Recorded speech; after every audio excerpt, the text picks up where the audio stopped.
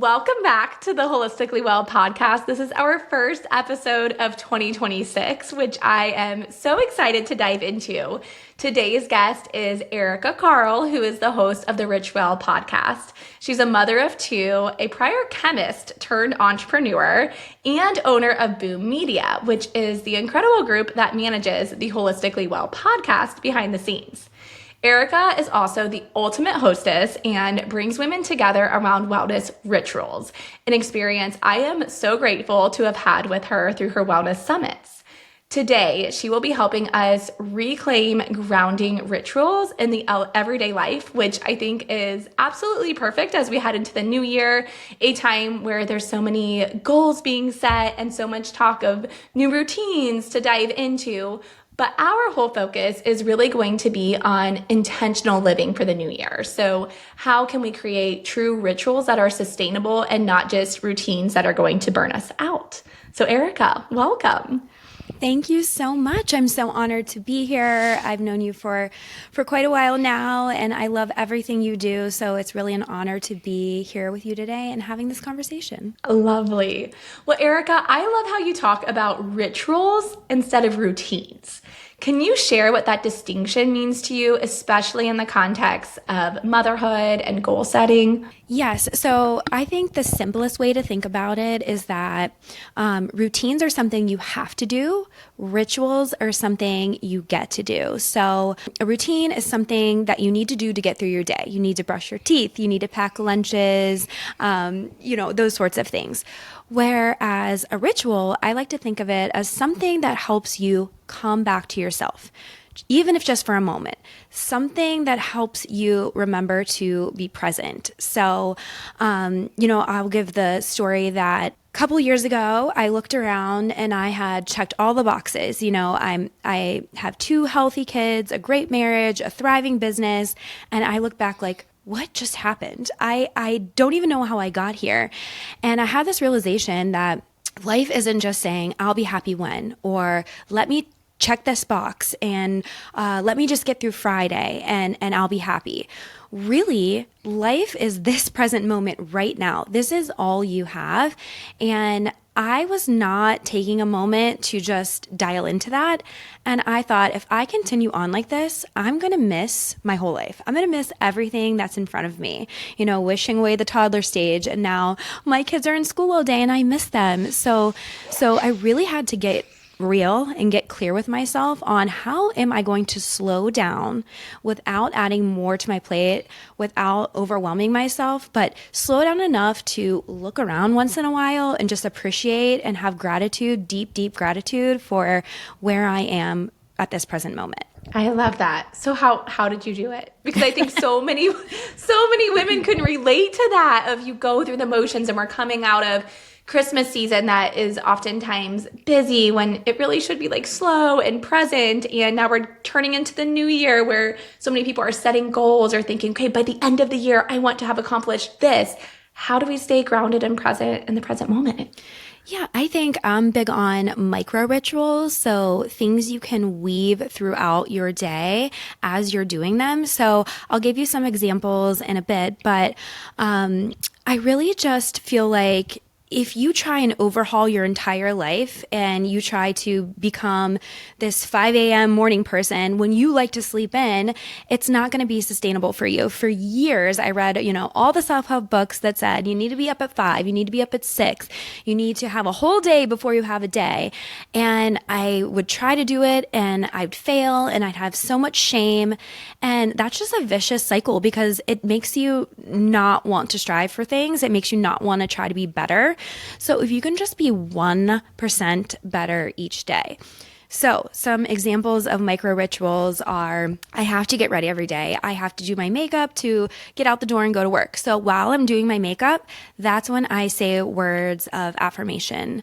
I love coffee. As soon as I open my eyes, I head down to the coffee machine and I learned from Dr. Kayla I need to guzzle some water before I have my coffee. Yes. But while that's brewing, I have an ice roller in my fridge, and I take out my ice roller and I leave my daily devotional book by the coffee machine, and I will ice roll and I'll read my daily devotional, have a moment of prayer, have a moment with Jesus before I go on with my day. So just weaving those things in throughout the day. Another little hack I love is practicing gratitude in moments of pause. So you're sitting in traffic. There's nothing you can do to change that situation. So you can sit there and ruminate and be angry, or you can just go through your gratitude list and, you're going to get to your destination when you get there. So you might as well surrender to that and shift it to a positive. So I'll just sit there and go through my gratitude list. Normally, I'll start here. I am grateful that I am in traffic on a way to a job that I love. And then it just kind of spirals. I'm grateful I have healthy children who are safe and sound at school. And I use those periods of pause to practice gratitude. The nail salon is another good one. Whether you can't use your hands, and we're so used to multitasking as women. So I like to take that time to listen to catch up on my podcasts, or to, again, just go through a gratitude checklist, or I'll do a guided meditation. So those are some ways to just weave things throughout your everyday life. I love that. Ladies, take notes. That was so good. I'm going to be implementing a few of those. So why do you think so many moms struggle with rigid routines and then really thrive when things feel more intentional or ritual based? Yeah, so I think motherhood's unpredictable.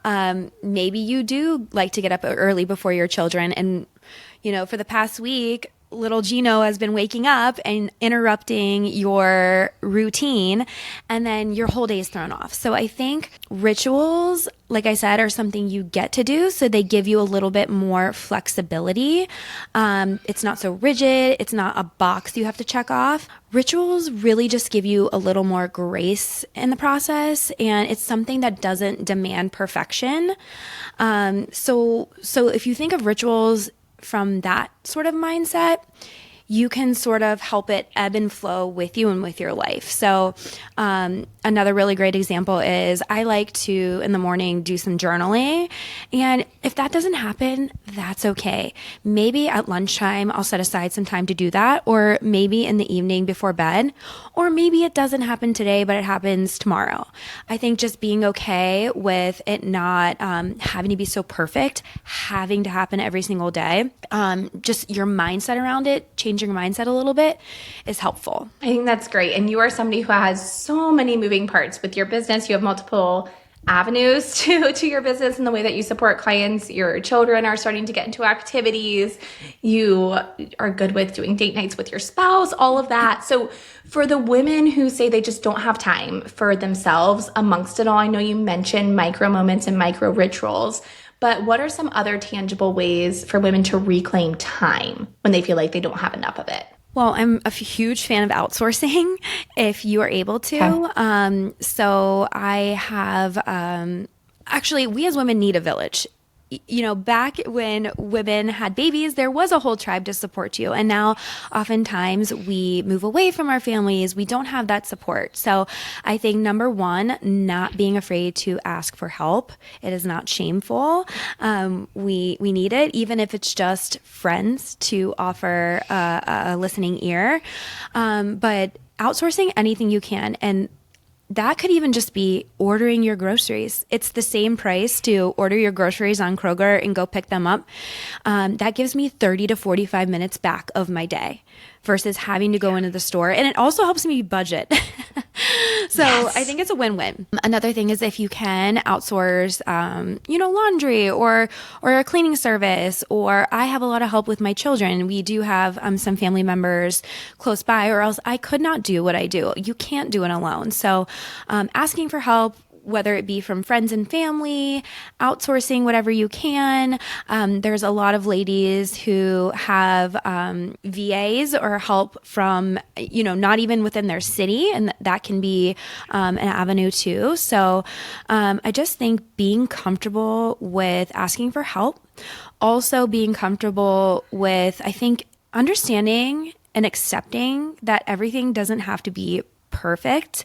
I think Instagram has made us feel like everyone has a pristine home, a clean home put together at all times. And I can start to feel that way. And my husband will say, I don't think Architectural Digest is coming over anytime soon.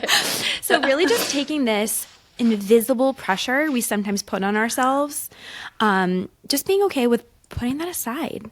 Yeah. And how do you let go of mom guilt when it comes to that? Because I think that's something I hear a lot about amongst my friend group is I need help. I want to ask for help, but I feel guilty doing so.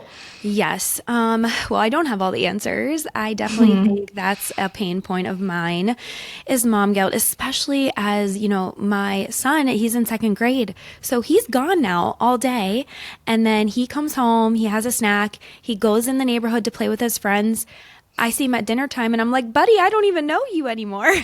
Yes. So yes. I feel my time with him is sacred. So when I need extra support on that time I'm supposed to be with him, I do feel guilty. But I will say some of my fondest memories growing up were the times I spent with friends and family when my mom was a stay-at-home mom, but she volunteered quite a bit. My dad and my mom and my dad had a lot of events to go to, and we loved that time to be with either, our grandparents or friends or even babysitters. Our babysitters are like family to us, and they've taught us things and my children. And so I think I try to have, again, it's a flip of the mindset. They're building resiliency. They're learning to talk to other adults and then just sort of making up for it. So I like to do solo dates with each of my kids so that I'm getting one-on-one time. I feel like I spend a little bit more time with my daughter nowadays just because she's in preschool. She has, a midday pickup. So figuring out when I can spend time doing things with my son that he loves. And it doesn't always have to be a trip to Target, a trip to the Ninja complex. He's happy just me spending 15 minutes uninterrupted in the backyard throwing a football with him. Right. Yep. I love that. So true across the board. So you mentioned your time with them is sacred. So how do you really approach meal times or even transitions throughout the day with your children to create that sense of peace and presence with them? So have you heard of genuine encounter moments or GEMs? I feel like you've mentioned this before, so it's ringing a bell, but dive into it for us. This is something that I started because I'm blessed to work for myself, but 100% of my work is on my phone. So, early when my kids were young, yes, I'm physically present with them, but I'm sitting on the couch next to them working, and that doesn't feel good, So I have screen-free mornings with my kids and gems where we are looking each other in the eye, we are talking, we are doing something. So my daughter really likes art, so I usually set up art supplies in the mornings and she'll color and I'll color with her. Same with my son. We do not have screens during meals, and I think that's really important. And I used to be someone who, again, would try to maximize my time and multitask. So I'd get breakfast ready for them and then I'd go upstairs and get ready. Well, instead, I, just this year have decided I'm actually going to sit down and eat breakfast and talk to them, even though we've had those moments before. We were coloring, we're drawing, spending time together. I think it's important that we share meals together. And also, on a personal level, it'll be 2:00 and I'm like, I haven't eaten today. Right. Which for your own health and self-care, as you know, I'm very for.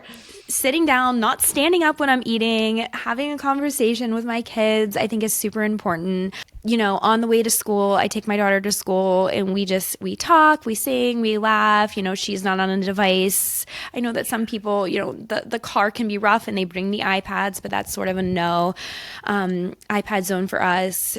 Starting in the summer, we reduce screen time to 20 minutes a day. So they get to pick when they have it. So it's either before or after dinner. And we just want them to be outside as much as possible. And it was hard at first because, we weren't big on screen time anyways, but they did have it more than I would like. And I would say the first few weeks were rough, but I can tell you without a shadow of a doubt, they're happier kids with the less screen time. Yeah, an important reminder for this time of year when it's darker and we're inside more. So still kind of setting those limits and setting up those intentional times to be like, okay, we're gonna do craft time. We're gonna just be present together. I think that's great. And it's so tempting to, oh, I'm so sorry. No, go ahead. It's tempting too when you're finishing up work to be like, oh wait, here, just take your iPad. I have to get this email out. You know what I mean? So really just setting that boundary and keeping that boundary. But honestly, it's become not even a thing. They don't even ask for it because they want to use their time, their little time they get when they want to use it, and they don't want to use it up in that moment. So I think setting boundaries and sticking with those boundaries, whether it be for yourself personally, whether it be for your children. And that's another thing. Like I love to work. I love what I do. And it's hard for me to not be on 24/7, but I've really tried to not answer emails after 9 p.m., go on a vacation and be on vacation. And not be on a lounge chair doing what I need to do for work, and knowing that my team's got me. So I think that boundaries are huge and a form of self-care. I completely agree. So all you ambitious mamas listening, know that boundaries are definitely a form of self-care. So switching gears a little bit, in this era of wellness culture where everything can feel like another to-do that we have to check the box on, how do we come back to practices that are truly nourishing to your body, your mind, your soul, instead of just going through the motions? Well, you and I talked about this when I hosted you on my podcast. There's so many new trends coming up, so many new aesthetic services, biohacking, cold plunge being one of them. And I tried it, and I was trying to go like once every so often, and I hated it. I did not like it. I did not feel good. I did not feel good before, during, or after. And I thought, why am I doing this? Why am I doing this to myself just because it's the latest and greatest? So I think really taking a step back and deciding, what am I going to prioritize? What do I need to feel good? And and just really asking yourself, am I doing this because it's supporting me, nourishing me, or am I doing this because I'm supposed to do it or it looks good? So really getting real and honest with yourself. One thing that changed my life is the book, The Miracle Morning. Have you read it? No, but I need to. Okay, so The Miracle Morning suggests that you pick 3 to 5 things that you do every morning, and you set a goal. So the goal, say your goal is 30 minutes, and you do 3 things. You break that up into 10-minute increments. But there's flexibility with this. So say you only have 3 minutes. Well, you do each of these things for 1 minute. And it's a way to stay grounded and within your rituals and have it work for you. So the things I like to do in the morning are meditation, journaling, affirmations, and I like to read a little bit before I pick up my phone. So some days that looks like 10 minutes of meditation, 10 minutes of journaling, or like 5 minutes of journaling. And then I'll do my affirmations while I'm doing my gua sha or my makeup. And then I'll read my devotional or a book or some nonfiction, and then go about my day. So that can look like, 10 minutes of each of those. That can look like 5 minutes, or it can be 1 minute. So the point is kind of turning this ritual into a routine, but with all the positive aspects around it. So I think those are the things that I feel like set the tone for my day and make me truly feel good. So those are the things I've chosen. So I'd encourage you to pick, maybe it's just 2 things. Maybe it's 2 things you do for yourself, and maybe they take 2 minutes. But they're 2 things that really ground you and help you ground you before you start your day. So I think just getting really clear and really honest with what it is that you need. And maybe it's just drinking an 8-ounce glass of water before coffee. It doesn't have to be woo-woo or spiritual. It's just whatever serves you. Yeah, I like that. Ground you before you go. And I like the flexibility that's integrated there, because as I share on Erika's podcast, which releases here in mid-January, my mornings all look different. I now have a newborn. I have a toddler. I have a daughter who's in school. Like, everybody has a different routine that we need to help unfold in the morning to get them where they need to go, or to just be there with me and feed them. They need fed or nursed, and that looks different on different days. And so having those little micro rituals that might be 1 minute each morning, or it might last 10 minutes if I can get 10 minutes of prayer or devotional in, or just one, like that's still moving the needle on that goal. And I think that's so important to remember as we go into this new year. If you have these goals for yourself, to give yourself that flexibility, and that will help set you up for success. So Miracle Mornings, you said, was the name of that book? The Miracle Morning, yes. All right, I will pick that up, and I encourage you to read it with me. If you do, shoot me a DM over on Dr. Kayla Borchers on Instagram, and we can move through that new book together. Start a book club. Yeah, little book club for the new year. All right, Erika, I want to hear some practical ways you are choosing to implement new rituals in this new year. So is there anything, that's a new goal for 2026 as we step into this new year that you are wanting to integrate for you? I actually think, my goal is not really to do more, not really to add more to my plate, which I think is counterintuitive to New Year. When you think of New Year, new goals, it's always adding to. So I just really want to enhance where I'm at. So last year, my goal was to actually slow down, to take away, to pull back, to say no more, to put up those boundaries. And I feel like I'm in a really good place. So I just want to enhance where I am, enjoy more, bring more joy to the things I'm doing because I'm able to be more present. So I think that's great. And I think that really ties things back to how I started this episode of intentional living, right? It's about creating intentional choices as we move back and as we move into this new year, and not about hustling harder or doing more and then burning yourself out, right? Right. And when it comes to the nervous system, that is so huge, and hormone health and emotional well-being, all things that we talk about here on Holistically Well, a regulated nervous system, it really does come back to setting some of those boundaries, slowing down, being more intentional, and not always doing more. So I really appreciate that. Yes. And I'm a huge fan of meditation. Anybody that will listen, let me talk to them about meditation. I will. I just want to say, for anyone listening out there who's wanted to try it, know that you do not have to be in this quiet, Zen-like space for 30 minutes a day. Any amount of meditation is better than no meditation at all. There are tons of great resources out there. If you need help with guided meditations, there's free ones all over YouTube.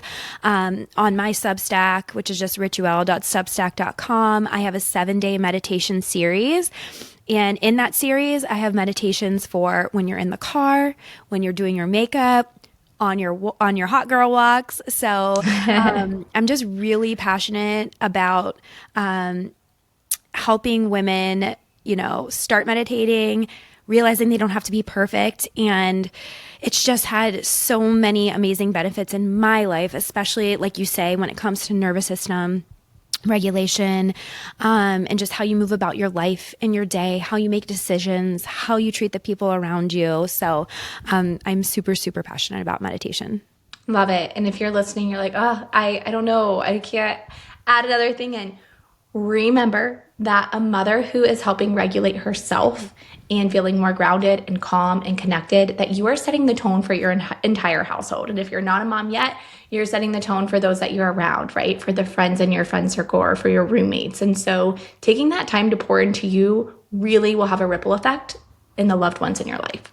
I couldn't agree more. Sometimes I'll look over and Cammie's sitting there like in her little meditation pose. Or if she is in a tizzy, she's like, I just need a minute to calm down. And she'll sit. I love it. She's watching you. She's learning and she's integrating it. And she's a preschooler. That's amazing. Yes. Our children really do model what we do, not what we say. And it's so apparent. And that's too, going back to the mom guilt thing, I have shifted the way I speak about work. So I'll pick her up from school, bring her home, and she's either with my in-laws or the sitter. And I used to say, I have to go to work. I'm sorry, mommy has to go to work. Instead, I say, mommy has a really exciting day. I'm talking to a good friend on a podcast. We can listen to it on my car, and I'm so excited. I shift the mindset around what I'm doing. I love that. So if you haven't already done so, be sure to connect with Erika on the Rituelle Podcast for more elevated health rituals. She is just such a breath of fresh air and a true joy.